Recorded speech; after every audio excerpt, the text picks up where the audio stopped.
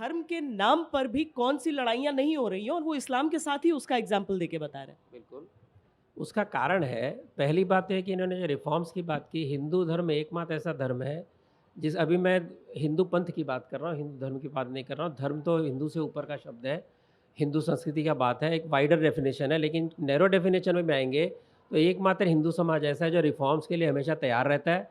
चाहे वो कानूनी रिफ़ॉर्म हो, चाहे सामाजिक रिफ़ॉर्म हो, भक्ति मूवमेंट चली और जाति और वर्ण के विरुद्ध जो विद्रोह भक्ति संप्रदाय ने किया और उसके कारण कई संप्रदाय बने, उसका भारत में स्वागत हुआ, किसी ने किसी का खून नहीं किया। लेकिन ऐसा रिफ़ॉर्म इस्लाम में हो सकता है क्या? क्रिश्चियनिटी में हो सकता है क्या? नहीं हो सकता है। जो अलग-अलग राष्ट्र बने, शिया और सुन्नी का झगड़ा है, कहीं पर भाषा का झगड़ा है, क्योंकि उनको यूनिफ़ॉर्मिटी चाहिए। जबकि हमारी संस्कृति में, हमारे धर्म में, हमारे राष्ट्र के अंदर जितनी भाषाएँ, जितनी संस्कृति, सबकी इज़्ज़त है, सबका सम्मान है। हम कहते हैं हम यूनिफ़ाइड एक कल्चर है जिसका जो एक्सप्रेशन है वो डाइवर्सिफ़ाइड है, जिसको कि हम बड़े आनंद से उत्सव की तरह मनाते हैं।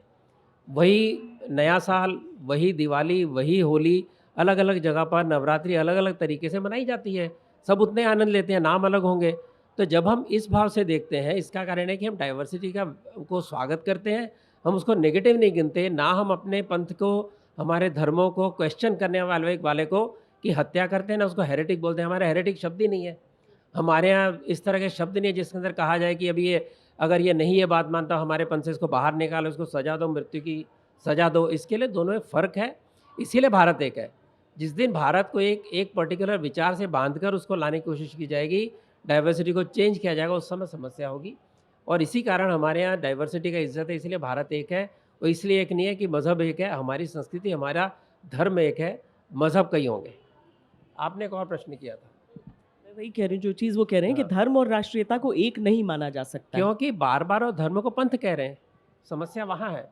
पाकिस्तान पंथ के आधार पे बना था, इसीलिए पाकिस्तान के अंदर जो भाषा उनकी नहीं थी उर्दू, पंथ उसको कुछ नहीं सारे साहब, ये पाकिस्तान आप मैं ये आपको रोका नहीं, मैंने आपको रोका। चलिए एक सेशन का नाम बदल के मैं बोलती हूँ, पंथ और राष्ट्रीयता। चलिए, इसी पे कर नहीं, क्योंकि धर्म अलग है ना। हाँ। मैं धर्म को मानता हूँ, मानता हूँ कुछ कि अलग हमारा नहीं है साहब, धर्म बिल्कुल बिल्कुल गलत हमारे है ये। देश को जोड़ने वाला धर्म है, इसीलिए उत्तर से लेकर दक्षिण तक, पूर्व से लेकर पश्चिम तक, सारे भारत के अंदर 53 शक्तिपीठ हैं। हमारे यहाँ 12 ज्योतिर्लिंग हैं, हमारे 4 कुंभ मेले चलते हैं, जहाँ पर हर प्रांत के, हर जाति के, हर पंथ के लोग आते हैं और उसको स्वीकार करते हैं, इसलिए भारत एक है।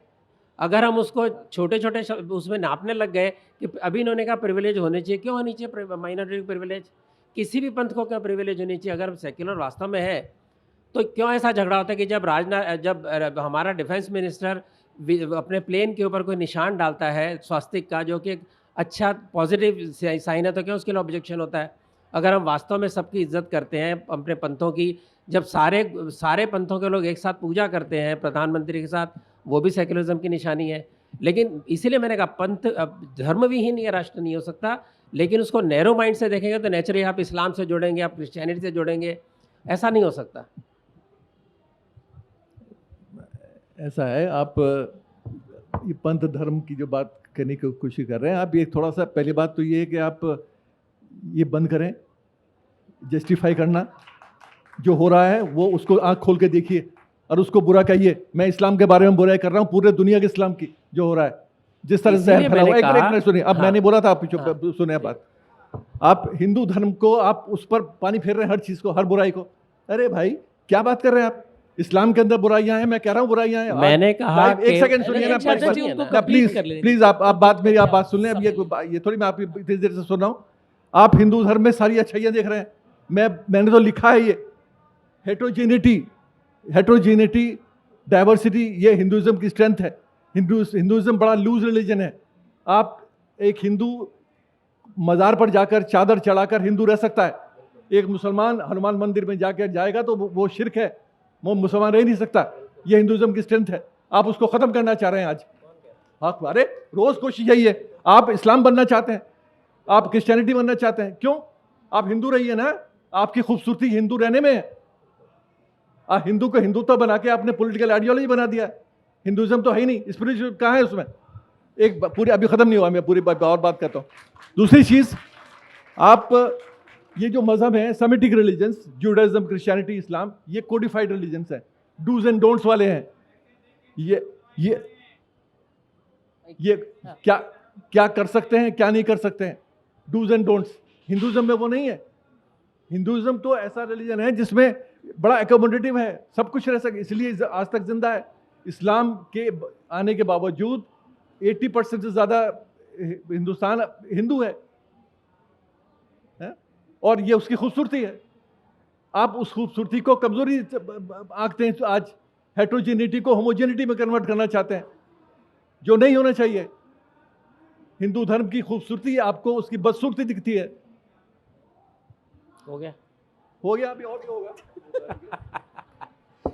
जो हिंदू 80% आप बता रहे हैं, वो बचा हुआ भारत है जिसके अंदर 80% हिंदू हैं। पाकिस्तान भी हिंदू था, बांग्लादेश भी हिंदू था, बर्मा भी हिंदू था, अफगानिस्तान भी हिंदू था। इसी अपने आप गुड बॉय कह के भारत के इतने टुकड़े हुए। गुड बॉय होना अच्छी बात है, ये हमारे धर्म की खासियत है। जो कमियां आप बता रहे हैं उसके अंदर से निकले पंथों की। आप मत बोलिए कि डूएस डोंट्स पंथों में नहीं है। आज आप दक्षिण के अलग अलग मंदिरों में जाओगे, उस पंथों के मंदिर के अपने नियम हैं, उनको आप नहीं तोड़ सकते। लेकिन जब वास्ट एक ओवरऑल अम्ब्रेला धर्म की देखते हैं, उसके अंदर आप कोई भी नियम नहीं, आप सब कर सकते हैं। मैंने कहा एथिस्ट भी हो सकता है, हिंदू हो सकता है ना। लेकिन जब आप किसी पर्टिकुलर पंथ की बात करेंगे, वहाँ की अपनी पद्धतियाँ हैं, काली मंदिर की अपनी पद्धति है, शिव मंदिर की अपनी पद्धति है, उसका पालन करना पड़ता है। जो नहीं करता उस पंथ में नहीं रहता। चलिए इसके लिए मिक्सअप मत करिए। हम डाइवर्ट कर रहे हैं। नहीं, हम divert नहीं कर रहे। धर्म पर तो हम बात ही नहीं कर रहे हैं। धर्म और राष्ट्रीयता की बात हो रही है। राष्ट्रीयता है भारत में, पहले ही कह दिया, अब भी कह रहा हूँ। जिस दिन भारत ने अपनी आत्मा खो दी, जो विवेकानंद स्पिरिचुअलिटी की आत्मा कहते हैं, उस दिन भारत के वो दृश्य नहीं रहेगा जो आज आप देख रहे हैं। ये पक्का है, क्योंकि आप जिससे मुकाबला कर रहे हो शक्तियाँ जो है सेमेटिक शक्तियाँ, उसके सामने आपको एक होकर ही रहना पड़ेगा। जब भी इलेक्शन की बात होती है, अभी इलेक्शन चल रहे हैं, कल भी शुरू हो जाएगा, तो क्या होता है कि मुस्लिम, आपने बताया बिल्कुल अच्छा किया कि इतने तबके मुसलमानों के, इतने तबके क्रिश्चियनों के हैं। क्रिश्चियन दूसरे सेक्ट के चर्च में जा नहीं सकते, आपस में शादियां नहीं करते, उनके अंदर भी कास्टिज्म है।